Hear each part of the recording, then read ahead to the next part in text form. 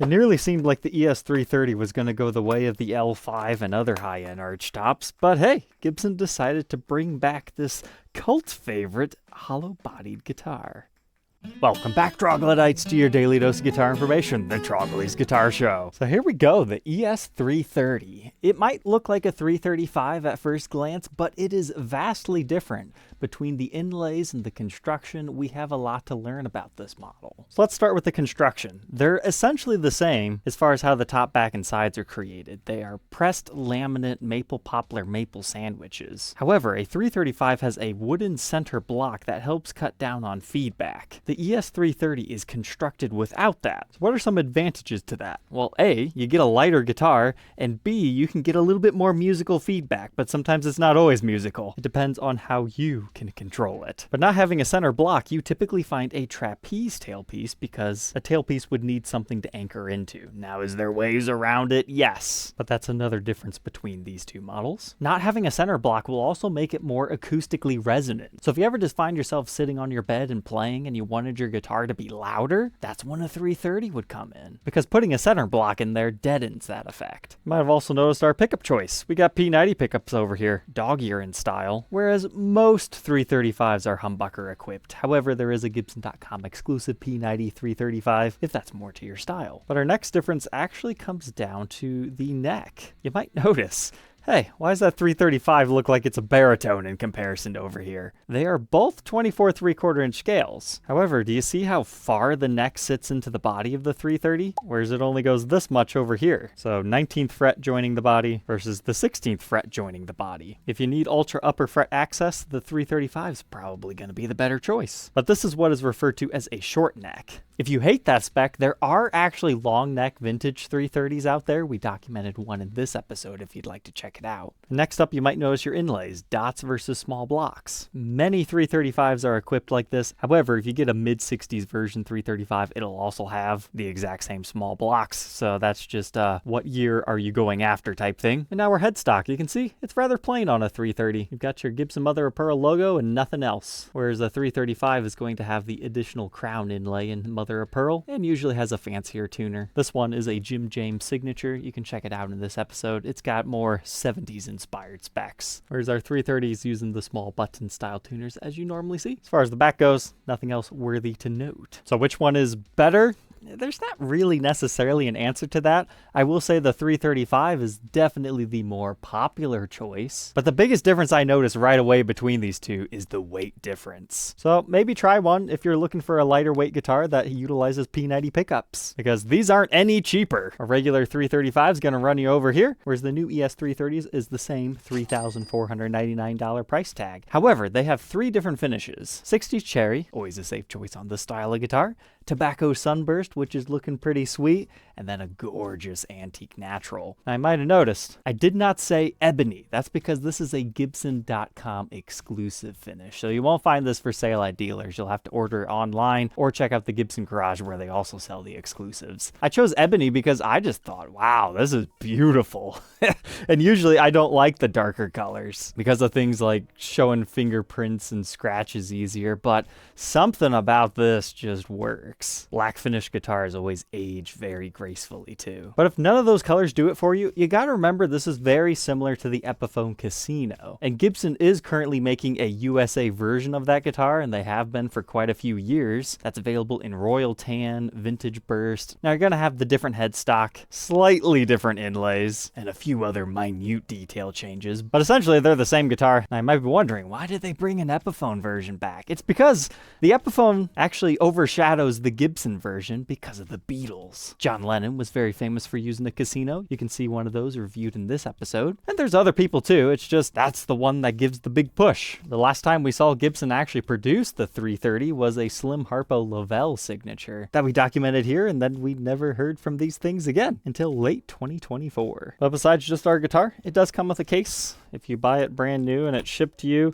do not be scared if you open it and you see wood slivers everywhere. Unfortunately, they don't always get cleaned out the best and the shipping process jingles it out. It's not like the headstock has been broken somewhere. But as far as case candy, looks like all your standard stuff. Polishing cloth, Gibson strap, silica packet case keys, Gibson multi-tool with a pre-packed checklist, which doubles as your warranty page. This is a new Gibson app advertisement though. I haven't seen this version before. And for historical preservation, the original box tag. Been a while since we've seen one of these. Let's go ahead, throw it on the workbench, and see if Gibson remembers how to make them. I was in for a little bit of a shock when I took these pickups out. They're actually specially marked just for this model. Or should I say, a different model. Rhythm P90 Casino dog ear. If you needed more proof that these are just casino bodies with a Gibson neck, I guess there you go. I'd imagine they're just branded like that because these are the only ones that they had with this particular base plate. Because the P90 335 we were talking about earlier, if you look at it, it's got the soap bar style. And all that means is it has a different base plate. So we don't have these tabs over here that help secure it to the guitar as your cover goes over top of that. Soap bar style mounts into the body using these two screw holes. Then normally on a 335, you'll have a center block right here rather than it just being hollow. So they could screw into that, but not the case here. So as is usual, these are pretty sloppy on the inside. They don't take time to clean stuff up. That's why you get things floating around in your case. But here we can see our sandwich layers perfectly. The maple poplar maple making up the top. And they do still have a spruce bracing that runs along here. Now if we take our endoscope in here, you can see it runs along the top. Then we get to our bridge pickup cavity. But that does indeed run all the way down to the tailpiece. And right here you can see where the bridge ends. And here's the other post. But these 330s do have a extra large block right here. That's right where the neck joins into the body. They have to have something to join the neck into. But different from a 335, you don't have the bracing along the bottom. But you do still have another block down here. That's where they install your trapeze tailpiece and your strap button, etc. But you can see your curved edges along here. And you can see that they're utilizing hand-wired pots with orange drop capacitors. And here's a look inside our F-hole sticker. They mark it as a 330 gloss and put your serial number there as well. Nothing too crazy, but fun to see anyway. But the bridge style that they're utilizing is an ABR1 bridge that sits on top of Nashville style posts, meaning it actually has a bushing within the body as we were just seeing, rather than just the threaded post. But our tailpiece is this style, which is a trapeze. You just put the ball end of the string in here and then that holds that into place. In my opinion, it makes the strings feel a little bit looser and slinky as compared to a stop bar tailpiece. I think that has something to do with the break angle of our bridge. This modern version utilizes 2 screws and your strap button to secure it into the side of the guitar. But I am curious about one thing about these. Many of the Slim Harpo Lavelles actually had the middle position at a phase. So we'll have to see if that's the case on here or not. But our bridge pickup reads 7.77 k ohms, neck position 7.88, and middle just for fun, 391. As far as our controls, we already saw the backside, but it's 2 volumes, 2 tones, 1 for each individual pickup, our 3-way toggle switch. If you wonder why this guitar just looks like it's a little bit squished down, it's because it is. It's that whole short neck phenomenon. That's why your pick guard location looks vastly different too. The pick guard design is the same, but they have to cut the routes out a little bit differently due to pickup styling and where it falls on the body. But to prevent the pickguard from leaning in like this, they actually have to use a plastic spacer to raise it up. And that looks like this on the current model. Just on the off chance you are a pickguard off style person, you gotta remember, it's not just a screw hole you'll have to live with. That plastic spacer definitely leaves a mark on the finish. You tell me, pickguard off or pickguard on? They both have their own distinct look. But we can take a second to appreciate the rest of the black finish. Gotta remember, it's gonna show fingerprints, scratches, everything instantaneously. There's no such thing as a perfect ebony guitar because that's just the nature of the dark finish. But your creamy binding works pretty well with the coloring, helps it pop. Moving on from our maple poplar maple sandwich body, you've got a straight up mahogany neck with a rosewood fretboard. Again, we've got our acrylic block inlays, small block in style. As far as QC goes, this one has a lot of tooling marks along the edges of the fretboard, especially on the top side of the binding, although it's not all that uncommon to find that on a Gibson. So pretty much all the usual suspects on this one. I measure a 12-inch fretboard radius. Here's your visual confirmation of a 24 3/4 inch scale. And so far my favorite spec is actually the neck. So nut measures 1.7 0.69 inches, 210 by the 12, but it's nice and rounded, 0.86 first fret neck depth, and then 0.98 by the 12. Don't get me wrong, this isn't a 50s historic baseball bat neck, but it's very round, very pronounced C shape. Not a slim taper in the slightest, but not fatiguing either. Like, it doesn't feel massive, but it's still round, if that makes sense. Here's that neck profile at the first fret and the 12th fret. You see how rounded that is? Like, you've got a little bit of shoulder at the beginning, but it almost completely carves away. Getting towards U-shaped neck territory, but not fully there. Now we can look into our headstock. We already talked about the differences earlier, but here's our Gibson mother of pearl logo and our modern style Kluson tuners with our pearloid button tips. And we've got a plain truss rod cover, and the truss rod itself is in great shape. And we can see the mahogany neck in this area. Now that it's all strung back up, I was talking earlier how these are more projecting and acoustically resonant without the center block. There is kind of a downside to that though. The current toggle switch in this one, in the middle position, it's not tight enough. It buzzes and rattles like crazy when you have it in that center position.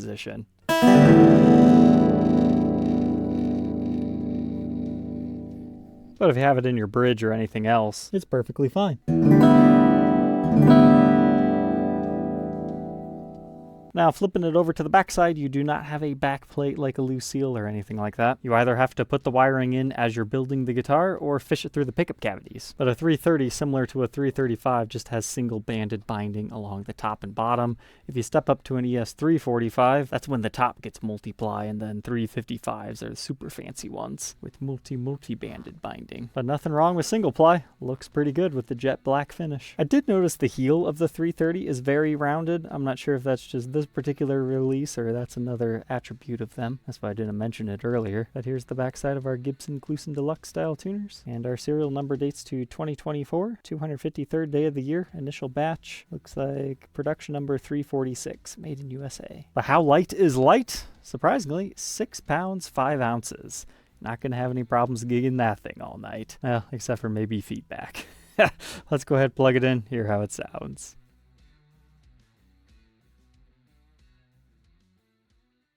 We'll start off the demo with an acoustic tone test versus a 335.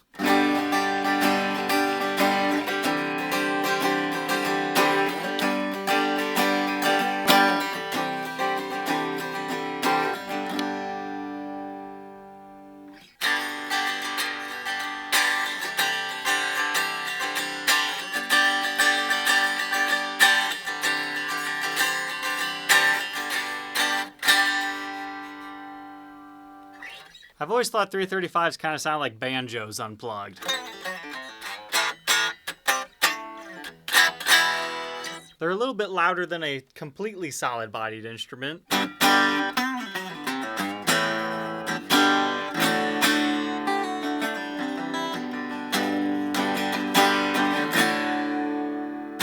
But the 330s are more like an older archtop guitar. It projects. You feel how resonant this is. I mean, this neck is just vibrating the entire time you're playing.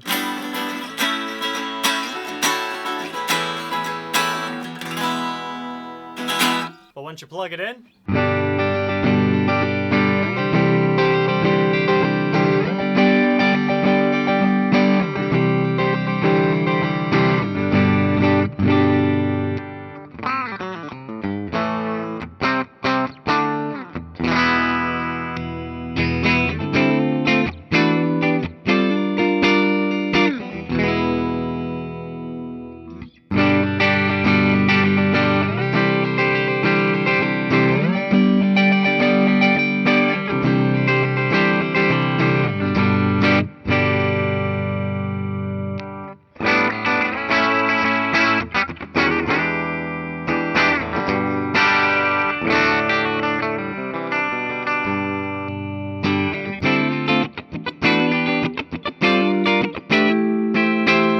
personally, between the two of those today, I really like this one, all because of this really nice rounded neck profile and just how acoustically resonant this thing is.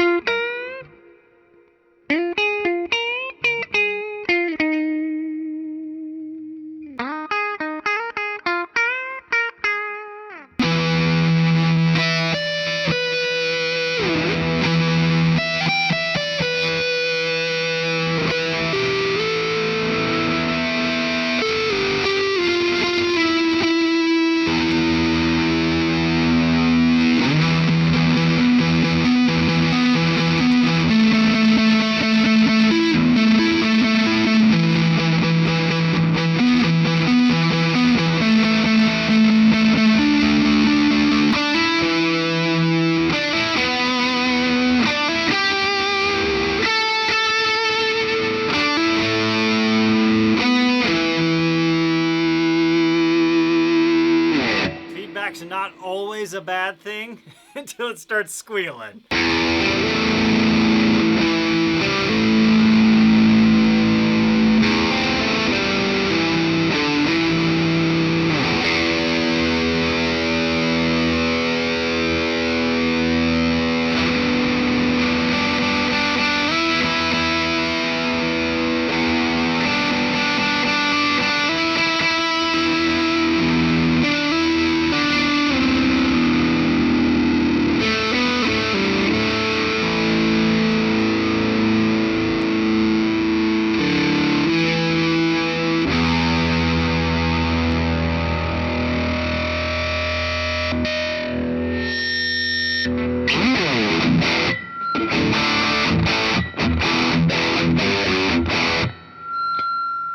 Now, can you get some musical feedback with a regular 335? Yes, but as you kind of just saw there, it's not quite as extreme and lively, but that's under some really high gain. Like normally I have that knob just like at 3 notches or my heavier setting at like 6, but I had this like all the way over here to get those kind of effects.